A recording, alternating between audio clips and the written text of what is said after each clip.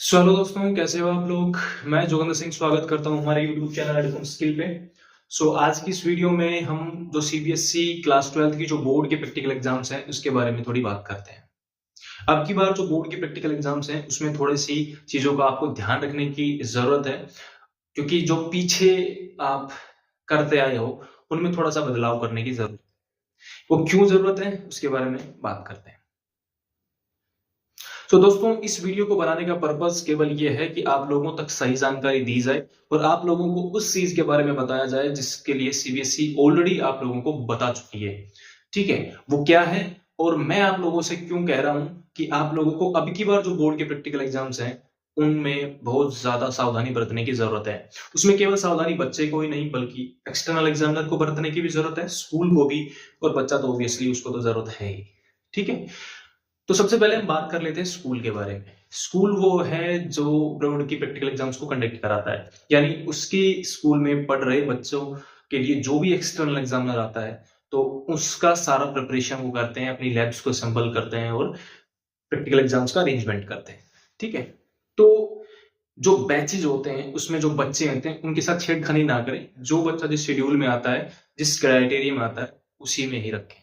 ठीक है, दूसरा जो एक्सटर्नल एग्जामिनर आता है उसको किसी भी तरीके का प्रेशर ना दे और ना ही उसके साथ कोई भी इस तरीके की कन्वेंशन मीटिंग रखे कि वो मार्क्स के साथ आप थोड़ा उसको डील करें कि मार्क्स अच्छे से लगाएं। वो बच्चा जो जितना डिजर्व करता है मार्क्स उतने ही दिए जाएं, इस चीज को एक्सटर्नल एग्जामिनर जरूर ध्यान रखें।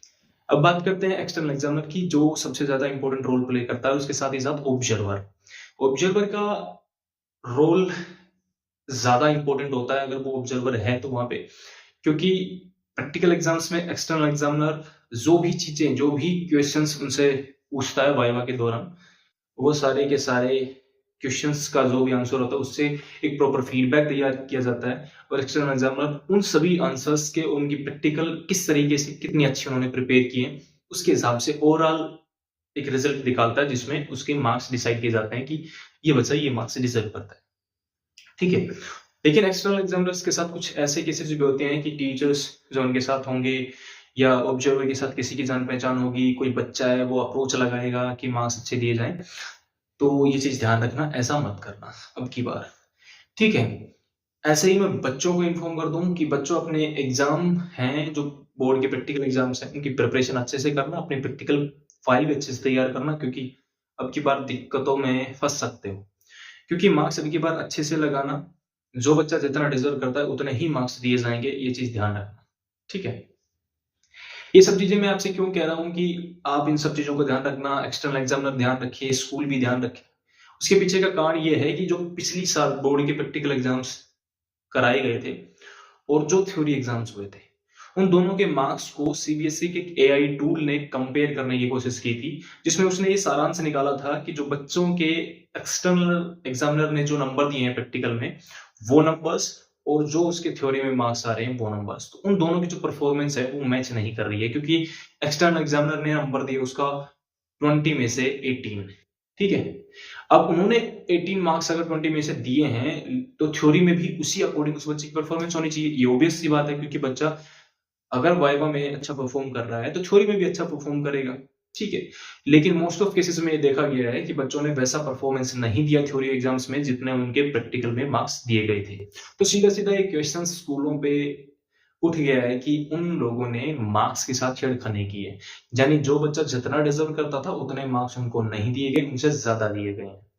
तो ये इसलिए सेंसेशनल बन गया कि भाई आपने जो परफॉर्मेंस वाइवा के दौरान दिखाई थी या प्रैक्टिकल एग्जाम्स के दौरान दिखाई थी वही परफॉर्मेंस आपकी थ्योरी में भी दिखनी चाहिए। कुछ केसेस हो सकते हैं कि बच्चे के मार्क्स ना आए, लेकिन सभी स्कूलों का जब पूरे ओवरऑल जब रिपोर्ट निकाला गया तो उससे पता चला कि मार्क्स के साथ थोड़ी छेड़खानी तो की जाती है।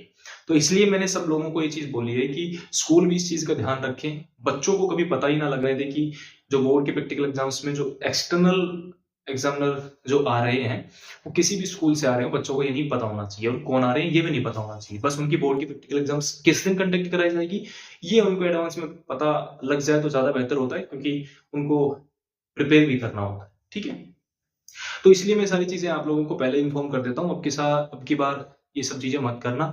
और एक्सटर्नल एग्जामिनर्स जो भी मार्क्स की एंट्री है वो अपने सामने कराएं और किसी के प्रेजेंस में ना हो। आप डाल के या मार्क्स फिल करके किसी पेज पे दे दो कि इन बच्चों के ऐसे मार्क्स लगा दो और कोई और लगा के लाए और फिर आपको फाइनल आउटपुट दे दें। ऐसा मत करना, अपने ही सामने मार्क्स की एंट्री कराना। तो ये चीज ध्यान रखना, ठीक है। और ऑब्जर्वर भी इस चीज का ध्यान रखें कि किसी भी बच्चे के साथ नाइंसाफी ना हो। जो बच्चा जितना डिजर्व करता है उतना ही मिले। किसी को ऐसे ही खैरात में नंबर मत देना, क्योंकि वो थ्योरी में नहीं परफॉर्म करेगा, सीबीएसई की नोटिस में आएगा तो फिर क्वेश्चन सभी पे ही उठेंगे कि ऐसा कैसे हुआ, ठीक है। तो पिछली बार की जो उनकी एनालिसिस थी उसके अकॉर्डिंग मैंने आपकी बार आपको बताया कि मार्क्स में कोई भी तब्दीली मत करना। जो जितना डिजर्व करता है ऑनेस्टी के साथ उतने ही मार्क्स देना, ठीक है। तो इस चीज का सभी लोग ध्यान रखना। तो और ये जो वीडियो है ये सभी बच्चे अपने ग्रुप्स में और स्कूल्स के साथ भी शेयर कर दे। जितने भी स्कूल के ग्रुप्स हैं, टीचर्स हैं, उनके साथ शेयर कर देना, क्योंकि ये काफी इंपॉर्टेंट है। अब की बार सबको इस चीज का ध्यान रखने की जरूरत है, क्योंकि मे बी कोई भी प्रॉब्लम ना हो भी सकती है किसी को भी। क्योंकि पिछली बार जब उन लोगों ने ये चीज डिटेक्ट की है, उन्होंने आइडेंटिफाई किया है कि ऐसा मार्क्स के साथ छेड़खानी की जाती है, बच्चों को मार्क्स जितना डिजर्व करता है उतना नहीं मिलता है, ठीक है, ज्यादा मार्क्स दे दिए जाते हैं। तो इसलिए प्रिपेयर भी अच्छे से करो ताकि आपको अच्छे मार्क्स ही मिले, ठीक है, कम ना मिले। और थ्योरी में भी फिर आप अच्छे से परफॉर्म करो, ठीक है। तो ये वीडियो सभी के साथ शेयर करो ताकि सभी थोड़ा इस चीज के लिए अवेयर हो जाएं और कोई भी गलती ना हो। Thank you so much. And if you like the video, then please subscribe my channel and share this video. Thank you so much.